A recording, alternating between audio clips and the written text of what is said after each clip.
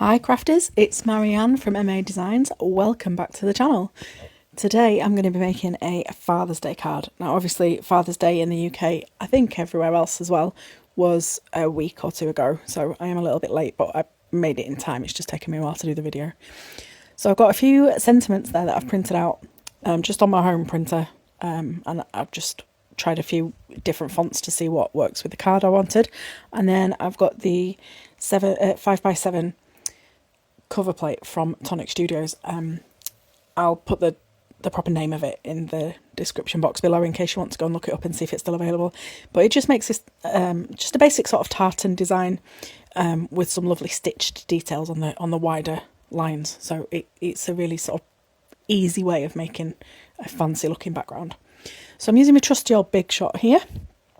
This machine must be, I can't remember when this teal colour came out, but I bought it when it was released, and it's going a bit manky and a bit yellowy.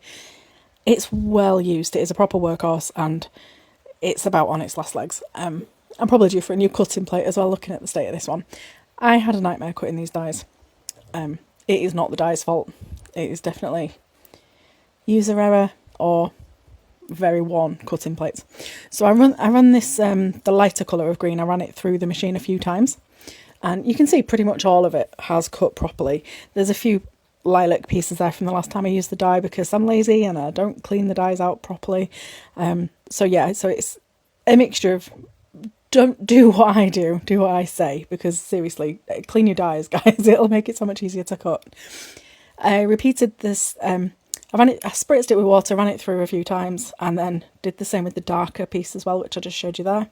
And then spent an awful lot of time picking the pieces out. Now, a lot of the pieces just came out really easy, but a lot of them, as you can see, start to rip the back coat of the card. So that last layer of card.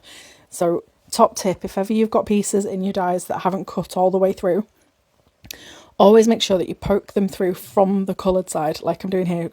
Push the pieces through from the coloured side to the back, because if you do get any ripped bits, you want that to happen on the back of your card. That way you can still use this die cut.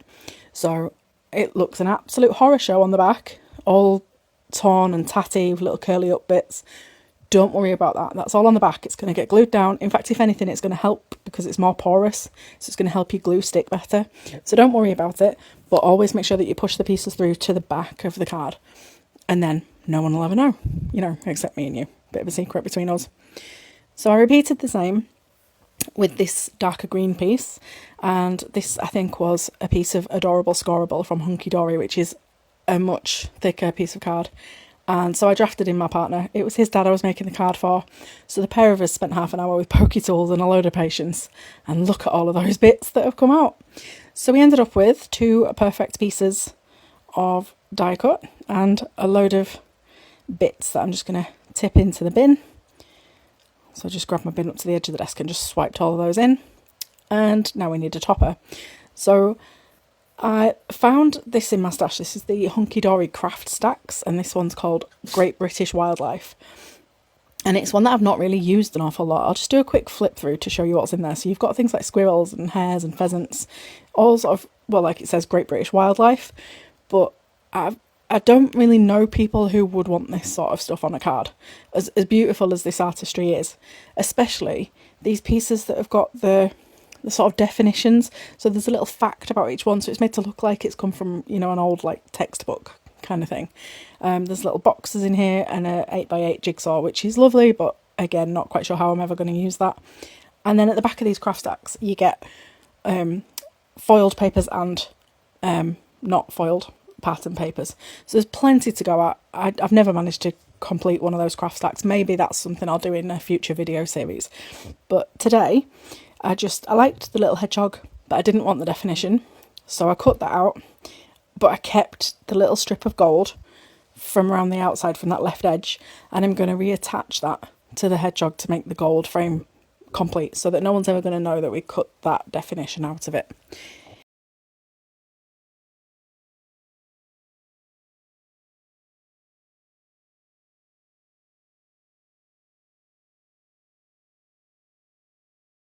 And I've chosen which sentiment I want, just trimmed that out using my guillotine trimmer, matted it on some gold, just a scrap of gold cardstock, and then used my long bladed scissors here to cut a nice straight line around the edge. Again, you could use your trimmer, you could use dies, but by this point, this was the morning of Father's Day and we really needed to get this done. So you can see on this lighter shade, some of those really skinny pieces are a bit battered and you can really see the white coming through from the back. But once you mat it onto your white card, that becomes almost invisible, especially when you lay the darker green one over the top. So if you just rotate that one, you get a completely different pattern. So that's what I'm going to do today. I'm going to glue them down, but flip one of them 180 degrees so that the tartan is in the opposite direction and you can see both colours through. So I'm using liquid adhesive and I'm just applying that to the wider strips. So those lines that have got the stitch in, they're slightly wider. So I'm just dragging the glue as quickly as I can so as to not get too much on there. Putting the few dots where the corners are, where there's intersections, because that makes a little space that'll take a glue dot. And then I'll just weigh that down with the nearest thing to hand, which was my craft stack. Apply the same amount of glue to the next piece. And then it's a case of just carefully lining these up on my 5x7 card blank. So you don't lay it down the same direction because you wouldn't see both colours that way. You flip it 180 and then glue it down. So now you've got your dark green on top, but you can see the lighter green poking through. So just make sure they're all lined up. I keep rubbing my fingers together because I've got bits of glue all over my hand. That's not pleasant, and I don't want that to show on the dark card, so I just keep rubbing that off screen.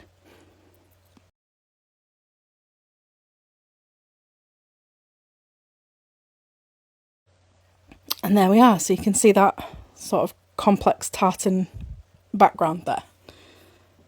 And apart from picking all of the pieces out of the die cuts, it was, easy to do. No mess, no ink, no, nothing like that.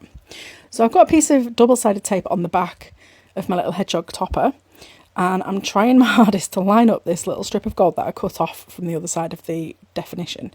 And I just, because it's curled slightly where I've cut it, I just cannot get it to line up straight. So I've managed to slide it in place. It's not perfect, but to the naked eye, I think we are our own worst critics, aren't we? So I can see that is a separate piece of card. But honestly, no one else is going to. So I've just stuck that down with just double-sided tape, so that one's completely flat. And then the sentiment I popped up on some foam tape, so that one's slightly raised. And that's it, done. So if you need a last-minute card, use your Coverplate dies, guys. That's what they're there for. I'll just show you some of the close-up photos of the card so you can see the colours and the definition. I think this is absolutely perfect for a masculine card, but you could switch out the colours and the topper to suit whoever you want. Thank you so much for watching. If you comment down below and let me know what you think, and feel free to like and subscribe. Thanks, I'll see you later. Bye.